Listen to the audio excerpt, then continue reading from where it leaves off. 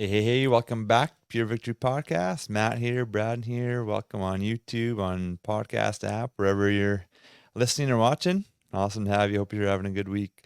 I got a text from someone, text or message. I don't know. I have like 8 or 9 communication channels. It's too much these days, eh? There's You like, need an assistant. oh man, there's what? There's text, there's Gmail, there's our Pure Freedom community. If you haven't joined it, men over 18, you should do it for free. Yeah. purefc.ca. There's there's WhatsApp, Signal, all these different things. I don't know where people get a hold of me, but I You got still answer my texts, so I'm very appreciative. I Yeah. try to be good. Yeah. Sometimes it takes me a few days to get to things, but Oh, it's okay. Yeah. hey, I'm not alone. I know you're the same. You're just being Yes, humble. We right. all it's just the world these days, Yeah. but no, I got a message from someone saying, "Hey, I can't give 5 stars to the podcast. I can give 4. If you hit 5, it didn't submit. But if you can do 5, that'd be awesome." Mhm. If you can do 4, that's great too. And yeah, we just appreciate any review or anything that you can put on as feedback on the podcast, just to continue to get it up. We're growing every month, which is neat with downloads. And so if you're new, we just want to say welcome to the tribe. Hope you're enjoying things. And if you want to pass it on to some friends, I know a lot of people have been impacted. People's literally their lives have been changed because a Yeah. friend passed on the podcast, which is pretty cool. And so can make a difference. But yeah, and so like we talked about last week, if you have a question, if you have something that you want us to cover, don't worry. Even if it's something that we've covered before, there's tons of episodes. We can always go back to something. And so if you have a question about your own personal story, if you were going to get some counsel, what's something that you would ask? You can record a voice memo on your phone, go to our show notes, and you'll find out our emails there, and you can send us an email with your voice memo. You can write a question too if you want, and we'll get to that on an episode. So really encourage you to do that. And today we're just busting more myths. We're talking Mhm. about the impact of pornography on the world at large, on porn stars, on the world in general, on sex trafficking, human trafficking. It's really real. The impact is real, and every time that we watch porn, every time that we engage in it, we're contributing to the problem. Your Mhm. your porn use is directly related to human trafficking. It's a vote, It's really. a Yeah. vote Yeah. for sex trafficking, and it matters. And so we want to talk about that today. That's right. And I know that's alarming. And sometimes you think, hey, when I look at porn, maybe I'm not buying anything necessarily. I'm just clicking on a free video or whatever else. It doesn't matter. They track these things, they track the views, and that generates more videos. That emboldens them to keep producing. And that's hard to think of. I mean, when I was watching porn, I really didn't want to come to terms with this. Really didn't want to even think about it. I I had thought, pride. I used to yeah, always think to myself, like, I've never spent a dime on this stuff. that's Other right. people spend money. I just do free. I get free. That's right. Oh So, man. being that you think that, and I did too, often we bury our head in the sand and we don't realize that we are contributing to the problem. And maybe we don't view or understand it as a problem. We don't understand how big porn is. Maybe on a level we do, but we're going to share some realities today about how big of a problem porn is, and in specifically how big of a problem the industry is as a whole, what it's doing to our world and our culture, and just at large, what it's doing to our societies. So let's start off with some stats here about what porn is doing. And not only that, how big the porn industry is. And if something is big, that indicates that a lot of people are coming to it, to use it, to utilize what it's selling. So that really tells us something. If a lot of people are engaging with something, as a whole, our society is being impacted by it. And we just know this. So, for instance, if you think things like Twitter are impacting our culture and society, you would assume that there's a lot of users in Twitter, and there is. Twitter's massive, it's huge, right? And it is impacting our world for sure. Well, you think Twitter's big? You think Twitter's big? Porn generates $97 billion a year. And this is from a few years ago, this stat. I'm sure it's well north of $100 billion. But let's put that in context, because that number is mind-boggling. That's actually, that dollar amount reflects traffic to those sites, I should say. And on a whole, porn generates more traffic to their websites than Twitter does, than Amazon does, and Netflix does combined. Just think about that. Let's stew on that for a bit. Twitter and Amazon are behemoths. They're huge in the tech industry.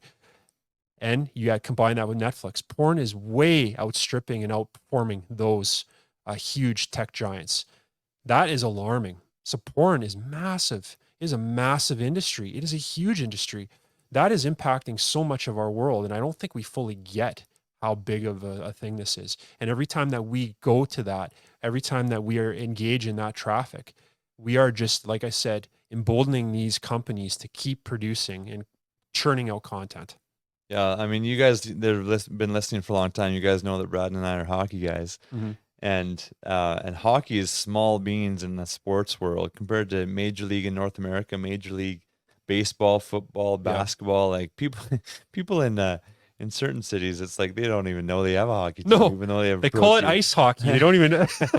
What do you play ice hockey? No, I don't call it that, but sure. For you Americans, are like, isn't it called ice hockey? Like, In Canada, it's just hockey. just hockey, Yeah. exactly. Yeah, it's funny. So, but no, so I don't know what the NHL revenue is. I think it's like a couple billion or Oh, we're something, but minnows. NHL's it's minnow. Yeah. small. Yeah, we were looking at NBA, NFL Yeah. is like around 10 to 12 billion out. Jalen Brown in the NBA, he just got a contract for 304 million. I think it was a 5-year deal. And Buddy isn't even the best player on his team. I heard he was like the fifth best Yeah, player on his that's team. right. He's a starter, but that's it. Good player 300 though. Good player, but not worth that. Come on Exactly, now. exactly. 304. So what's that? 60 whatever million a year to play basketball. And that's like outrageous. You think about that, you can't even comprehend that. That's 304 million to one guy. 97 billion in the porn industry. Yeah. And that's an old stat. I'm sure it's more now. It's Yeah. it's like you can't even fathom how big that is. Mm, Because you think how much money is in the NBA that one guy gets that. But that's like maybe 10% total NBA revenue of the porn industry. yeah, It's just massive. it If is. you want something on your prayer list, put the porn industry coming down That's on right. your prayer list That's because right. it has real world impact. And I mean, we've had Brittany Delamora on the podcast, and she's an ex porn actress, and she's talked about it. A more recent one is Lana Rhodes or Lana Rhodes or whatever. I would say Lana, but Probably Lana. Yeah. Lana, yeah. Lena, And I don't think when that's I a said thing. Lana, I'm like, that doesn't sound right at Yeah, all. that's right. Yeah. But anyway, she was number one in the porn industry for a long time. Don't go search her. You don't need to. No. Life is better without her images. But she's come out of the porn industry and she has different quotes. It's pretty revealing. And so I just want to read a few here because you got to realize when you're consuming something like you're impacting people, it's a direct impact. Yeah. And I used to just think, oh, I'm not putting money towards this. I'm not contributing. No, you're contributing. Hmm. I was contributing to it. Um, and so I'll just read here from Lana Rhodes. She says, "I don't even like having sex. I'm honestly pretty asexual. I never hook up with people. I don't find people attractive. Um, Pretty sad when like I remember there was a comment about a porn actress and she got married and someone's like, "Oh, lucky husband." It's like this is people would say this about Lana. She's like, "I don't even find people attractive. I Yeah. don't even hook up with people." She doesn't like sex. She says, "I don't think that the porn industry is good for anybody. They should make it illegal." She says, "I think I'm still number one everywhere. It's crazy to make a decision at 19 and become the biggest star in the world without even intending to do so. Plus, I'd only ever had sex with one person, so I was very inexperienced sexually, and it's a life sentence." She says, "I can't hide from it, and everywhere I go, there's someone who's seen my films, and I just have to handle it." She says, "I didn't have a great experience in porn, and I don't think that it's great for other women or even men. I myself am against pornography now from my own experiences. There are different levels to it. Obviously, it's mostly hardcore porn that I have an issue with." And that's pretty revealing to hear from somebody who is celebrated. She, I'm sure, won awards. She was number one in a lot of rankings and in annual searches. And she's like, "No, this should be shut down." She's like, I'm Yeah. against it. I don't even like sex." Yeah. How sad that something that God intended to be so good with sex and so beautiful, it got so perverted to the point where she's like, "I don't even want it No. anymore." Yeah. There's beauty in everybody. Really, like we're made in God's image. God's put beauty, physical beauty, I believe, in each person. And Lana's like, "No, I don't even find people attractive." It's really, really sad.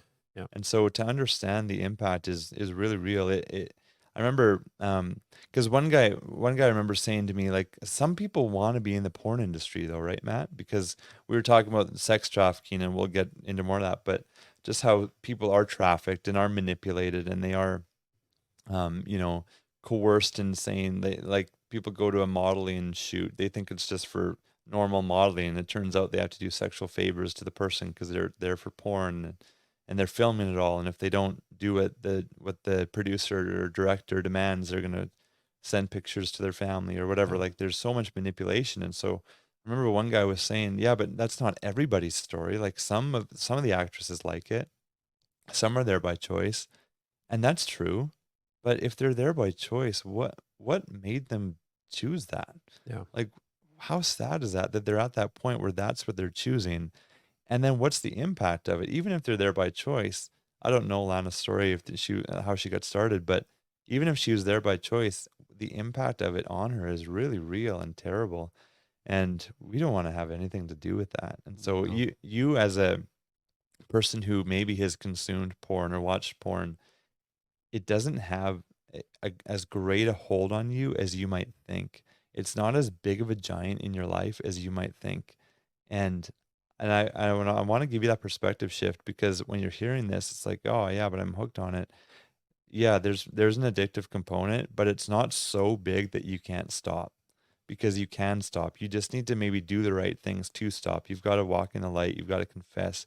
You've got to understand heart health and get some people to walk with you, and you can stop, because this is real stuff, and the impact of porn and of us watching porn is really real. Yeah. It really is. It impacts the people in the industry. It impacts so many lives, and we don't understand that. And I think this maybe not be the key component for you of busting this myth that leads you away, but I hope it is part of the process for you of moving away from this and getting it out of your life, because it is alarming. It really is, when we start to understand how big of an impact we can have as well, even if it's just little old me. We think that, here's the myth, like, well, I'm watching it in the recesses of my life. No one has to know, behind closed doors. It's just me watching porn, and it's not affecting anybody, because it really feels like that, right? Like, if you're in the darkness of your room, wherever you live, and no one's around you, you're just watching something on the screen. It doesn't seem real. It might feel like a video game, but it's obviously impacting you, and you're taking it in. You don't realize the people behind the screen. You don't realize the producers. You don't realize all the different angles and areas of this that's happening, that you're engaging with. You don't think of it that way. And I remember when I was watching porn, I think I knew this on a level, but I'm going to share kind of an embarrassing thing for me. I was very hypocritical of me. But I remember I was listening to this radio program, and the hosts, it wasn't a great radio program, but they were talking what does and doesn't fly in relationships sexually. Why I was listening to this, I mean, it was mainstream radio. I don't think this should have been on mainstream radio, but I was listening, okay? And anyways, the two hosts, they were talking about this one scenario where if you sleep with a girl who's married, she's made this choice, I'm going to sleep with you. Basically, what the host was saying was, well, if she's choosing that, that's her choice. I'm absolved of any responsibility in this. I'm absolved of any responsibility. That was his mindset. And I remember I was so disgusted. I was so disgusted by that mindset. I'm like, no, you are part of being a homewrecker. You are choosing to sleep with someone who's married. And I remember years later, I was thinking about this, and I realizing how hypocritical I was in this, because here I am. People are, quote unquote, making a choice to be in the porn industry. They're making a choice. So I'm not complicit in this, right? I'm not making a choice that has any impact on them. They're doing it. So when I realized that, when I was thinking about that, I'm like, Braden, you're no different. You're no different than Totally. what that guy was saying. And it hit me hard. And it's so true, because even though someone in the porn industry has made a decision to engage with this, to become a porn actor or actress, we don't know their life. We don't know the hurt and the pain and the trauma that they've gone to get to that point. And often they have. They have gone through some real heavy stuff to the point where they feel they have to do this. And then some make bad decisions along the way in the college or whatever else, and they get trapped in this. And we don't realize that. We think that they're, as an adult, making a rational decision. That's not what's going on here. There's some other great quotes. I mean, we shared about Lana Rhodes. There was another one here, and our friends at Pure Desire shared this quote. But Shelley Lubin, who is the founder of the Pink Cross Foundation, she used to be a porn star. And she said some really profound things. She was involved in the porn industry in California, and she said this about this industry. She said, the California pornography industry is a destructive, drug infested, abusive, and sexually diseased industry, which causes severe negative secondary effects on female and male adult industry workers as well as the general public. That's what she said. And she even continued this. This one really hit me. I was sharing this with Matt, but this is what she said about the actresses in the industry. This is her quote. We hate every minute of it. We're traumatized little girls living on antidepressants, drugs, and alcohol, acting out our pain in front of you who continue to abuse us. Ouch. Ouch. That's hard to think of because we are the consumer, right? If we're looking at porn, we are the consumer. The only reason this stuff is getting made is because there's someone's consuming it and we're taking part in that. And I know this, we're not sharing this to make you feel bad about yourself. We're sharing this to tell you the truth of this, that myth. It's not hurting anybody but me. That's not true. That is not true. I mean, and I think that we need to come to terms with this. There is this dark underbelly of this industry that is really impacting our world. It is impacting it in such profound ways, all the way to the people involved in it, and that is the actors and actresses. It is rough on them. It's impacting them, and often many of these people that are involved in the industry for a few years, well, they're not heard from after a while. Some end up dead because they continue on a life of addiction, even into trafficking, and we'll talk a little bit more about that, where they're never heard of from again. And then the ones that maybe get popular, like for instance, Lana Rhodes and Shelley Lubin, like look what they're sharing. Look what they're sharing, how damaged they've been by this. And by the grace of God, people like Shelley Lubin have encountered the gospel and are walking with Jesus now. And it's incredible what she's doing to help turn around and help people. But there's many people that just get so lost in this. And it breaks our hearts to think about that we are, like Shelley Lubin says, they're living their pain out in front of us. And that's tough. It's tough to think about for sure. Yeah, and so one justification that people would go to is, oh well, there's amateur porn now too. People are making their own porn, especially on OnlyFans, going to that, Yeah, and that's that's big. not, Yeah. yeah, that's not the porn industry, but Yeah. that's amateur stuff making, Yeah. or amateur people making their own stuff, and the same principles apply. Why are they doing that? Like they must be so broken. Why are they putting themselves out there? There's husband and wife teams, like tons of them.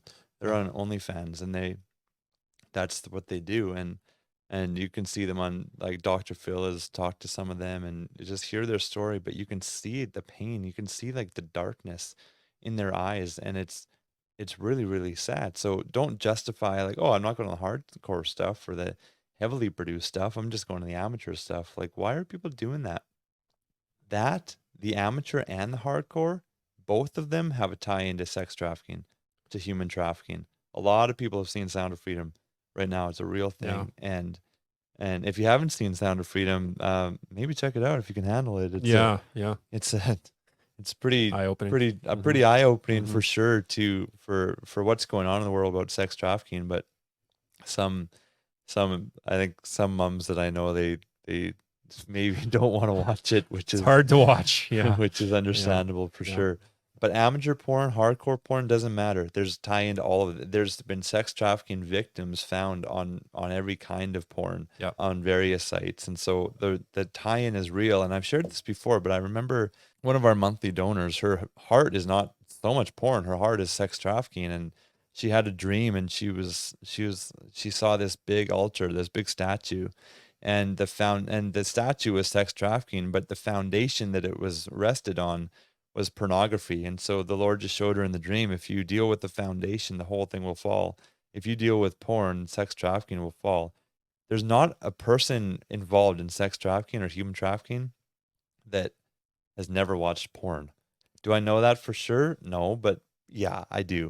Mm. Because it doesn't, like, people are not going to not watch porn and go, yeah, I think that this is a good idea. Yeah. Things progress. And so it really is the foundation to sex trafficking, human trafficking. We don't want anything to do with it. Yeah. We don't want to get close to the line and justify and do that for our own pleasure. Life is good without getting off to pornography. Yeah. And so we don't need to do that. We can be advocates against it instead. Do you want to talk a little bit about the tie-in, human trafficking Yeah. and So we had a great podcast a year or so ago with Reflection Ministries down in Texas. And the director of that great ministry, Sammy Flock, she shared so much that was just eye opening for us about how this works and how much of a tie in there is to the porn industry. Because a lot of what drives this activity is consumption. There will be more and more of something happening if there's consumers for that. And where there's money to be made, they're going to invest their time and energy into that. So human traffickers know that, and then the porn industry has this dark side to it where it's really driven by this. And Sammy Flock, who is at the forefront of this work, she says something very powerful that I think Matt and I we never really thought of before. But she said this. She said, if we want to deal with the human trafficking issue, and that includes child trafficking, we first need to deal with the porn issue. Wow. That's incredible. Someone who does this work, who's at the front lines of human trafficking, sex trafficking, and child trafficking, someone who's involved in that work says the underbelly, the undergirding of all of this is porn. So if that's the case, if that is true, and we believe it is, then when every time that we engage with porn, I shudder to think that I took part in this as well, but I did. Um, when we take part in that, we are engaging in something that is pushing such evil, depraved activity like trafficking. And I think that for us that are battling this as an addiction and going through getting this out of our lives, this isn't to make you feel, like I said, shame. We don't want to put shame on you, but conviction is a good thing. I think conviction is a very good thing. And God gives us conviction through his kindness and loving kindness and acceptance. He accepts us fully, but he convicts us. And this convicts me. I know this convicted Matt. This convicts us to speak on this, but I hope that if you're in the midst of this, it convicts you that this behavior is affecting you. But it's not only that, it's affecting so much more than just you. And I think we need to understand that. And that's this myth we're trying to break with you right now to bust is that it's only me. No, it is affecting so much more than just you.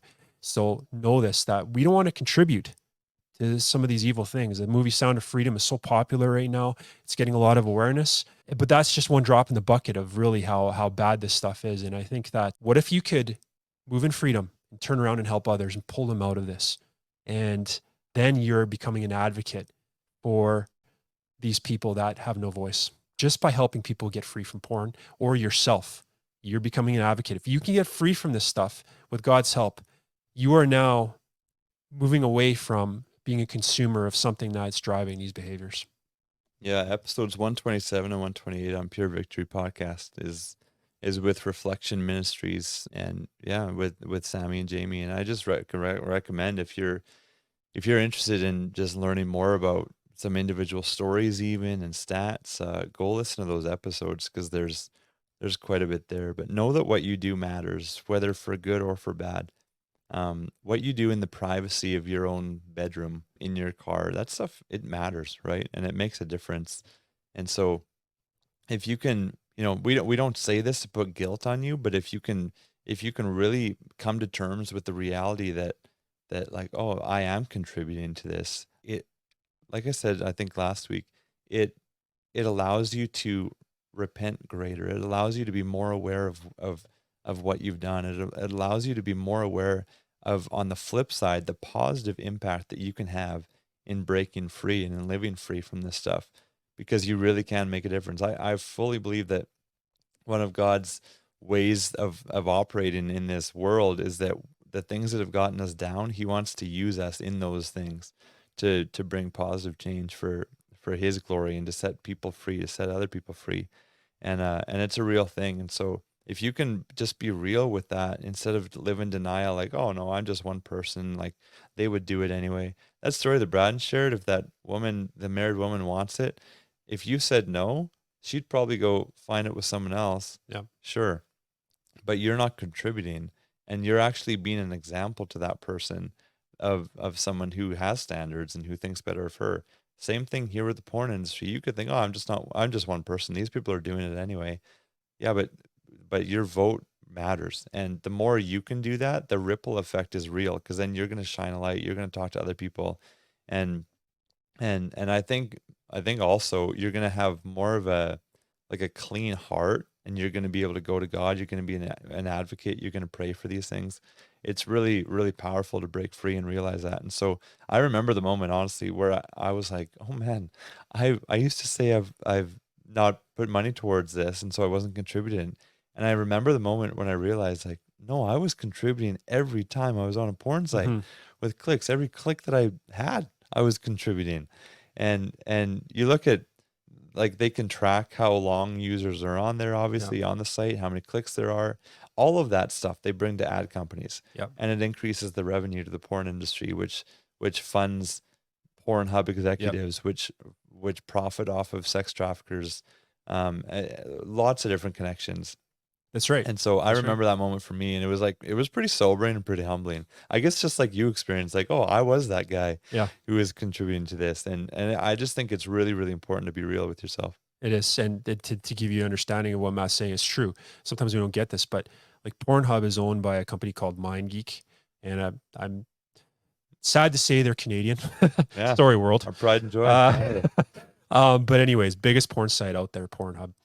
The one of the things though is that the owners of them, MindGeek, they also own something called, I think it's Traffic Geek, but it's another subsidiary, and they actually they work in information. So every time that you click on a video, somehow they store that information about you and they sell that information. They make money off of you, even if you're not paying for to watch that video. They're making money off of you simply by your clicks, and they sell the information about you to different companies like Google, and then Google will spit out more of that content to you so that you can become a consistent customer and consumer of it. Because Google makes money, MindGeek makes money off you, Pornhub, those things. So even if you think that I'm just engaging in something that's free, no, money is being made off of you.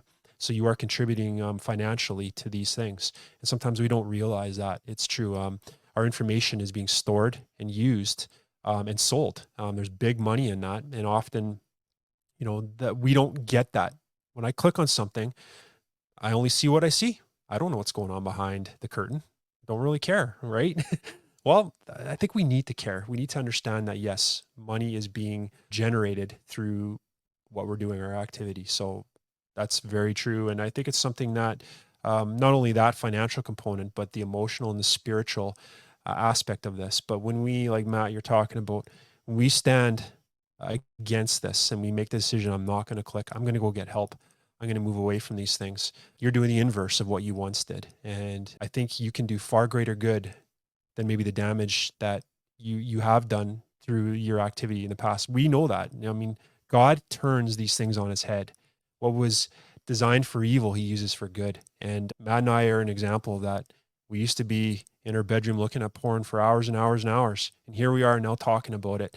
And we don't know what that means for you, but it could simply be helping somebody in your life or being better in your relationships because you're free. Could simply be you have a call in your life and now you could step out without being hindered by that baggage of shame. Whatever it is, we know that your purposes that God has for you are far greater than maybe what you've done in your past, what you're doing in your present. And we believe that and pray that for you. It's true. We really know that God has a plan and purpose for you, and it might be using maybe the pain and hurt that you've gone through as an individual. And now he's going to turn that on its head, and it's going to bring help to others as you share your story and walk in freedom.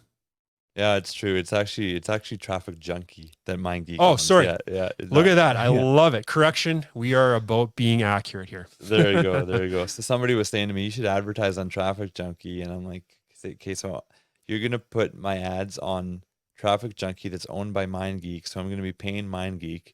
And also, the ads are going to be on porn sites, but helping people get out of porn. Like, I don't think that's going to, that's going to work that well. Yeah. So I did have an experience with Traffic Junkie, and it does advertise right on the porn site. But yeah, and so there's just such big money. They're doing stuff in crypto and all of that. You actually can't pay. You have to get a crypto account, because you can't pay with a credit card, because Yeah. MasterCard and all these credit card companies they severed their ties with MindGeek when somebody put an article in New York Times, and there was a big fallout from that, and government investigations into that and stuff. So when I was looking into Traffic Junkie, you had to go through these different things and put your money into different accounts and then send it to Traffic Junkie, because you couldn't just pay outright, because somebody made a difference. Somebody made a stand, took a stand, and made it very hard to put money into Traffic Junkie, because all these credit card companies were like, "Whoa, we didn't know the damage that this company is doing." And so it's really cool to see the impact of somebody wrote an article or somebody shared Mhm. their story, and God just took it, we believe, and got traction with it, and it made a difference. So who's to say that couldn't be the case with you? When you take a stand, you quit, you get out of this stuff, and start sharing your story. Who knows what God will do? So you can make a difference. You matter. God bless. Hope this has been good, and we'll chat soon.